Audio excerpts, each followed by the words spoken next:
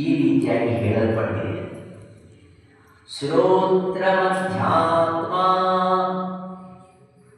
ಶ್ರೋತಂ ಯಮಧಿಭೂತಂ ದಿಶಸ್ತತ್ರಾಹಿ ದೈವತಂ ನಾಡಿ ತೇಷಾಂ ನಿಬಂಧನಂ. ಅದು ಉಪನಿಷತ್ತು. ಇದಕ್ಕೆ ಪೂರಕವಾಗಿರ್ತಕ್ಕಂಥ ಉಪನಿಷತ್ತು. ಶ್ರೋತ್ರಮಧ್ಯಾತ್ಮ ಇದು ಕಣ್ಣಿಗೆ ಕಾಣಿಸ್ತಕ್ಕಂಥದ್ದಪ್ಪ. ಕಣ್ಣಿಗೆ ಕಾಣಿಸ್ತಾ ಇರತಕ್ಕಂಥದ್ದು ಶ್ರೋತಂ ಯಮಧಿಭೂತಂ.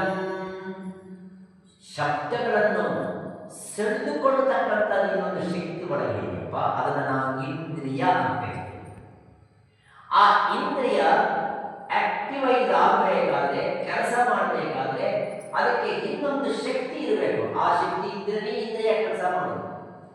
ಆ ಇಂದ್ರಿಯಕ್ಕೆ ಶಕ್ತಿಯನ್ನು ಕೊಡ್ತಕ್ಕಂಥ ಅಧಿದೈವತಾ ಸ್ವರೂಪವಿದೆ.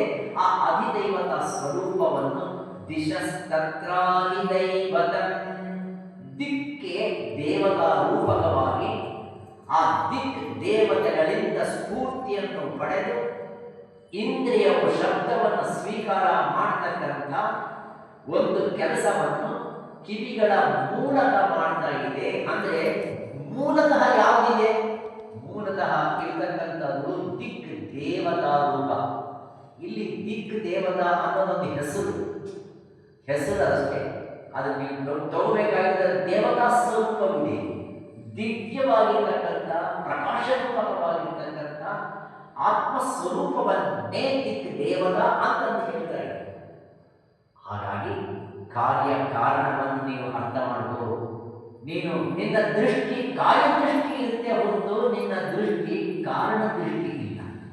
ನಾನು ನೋಡ್ತಾ ಇದ್ದೀನಿ ಅನ್ನೋವಾಗ, ನಾನು ನೋಡ್ತಾ ಇದ್ದೀನಿ ಅನ್ನೋವಾಗ ನಿಮ್ಮ ಅಭಿಪ್ರಾಯ ಏನು? ನಿಮ್ಮ ಅಭಿಪ್ರಾಯ ಕಣ್ಣಿದೆ, ಕಣ್ಣು ನೋಡ್ತಾ ಇದೆ. ನಾನು ಇನ್ನೊಂದು ಪ್ರಶ್ನೆ ಹಾಕಿದೆ, ಕಣ್ಣು ನೋಡ್ತಾ ಇದೆಯಾ ನೀನು ನೋಡ್ತಾ ಇದೆಯಾ ಅಂತ ಹೇಳಿದ್ರೆ ನೀವೇನು ಆನ್ಸರ್ ಕೊಡ್ತೀವಿ? ಕಣ್ಣು ನೋಡ್ತಾ ಇದೆಯಾ ನೀವು ನೋಡ್ತಾ ಇದ್ದೀರಾ ಅಂದ ತಕ್ಷಣ ನೀವೇನು ಹೇಳ್ತೀರ ಅಂದರೆ ಕಣ್ಣು ನೋಡ್ತಾ ಇದೆ.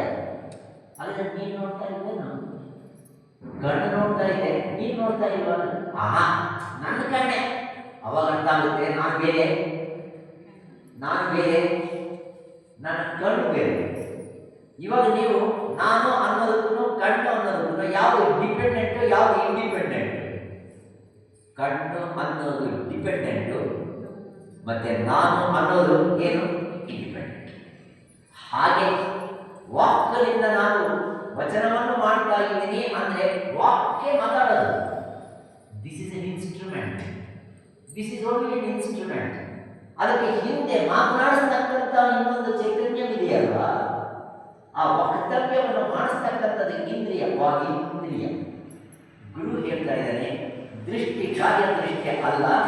ಈ ಕಾರ್ಯದೃಷ್ಟಿಗೆ ಹಿಂದೆ ವಿಕ್ಷಿಪ್ತವಾಗಿ ಇರ್ತಕ್ಕಂಥದ್ದು ಇನ್ನೊಂದಿದೆಯಪ್ಪ, ಅದೇ ಬ್ರಹ್ಮವಸ್ತುವನ್ನು ತಿಳ್ಕೋ.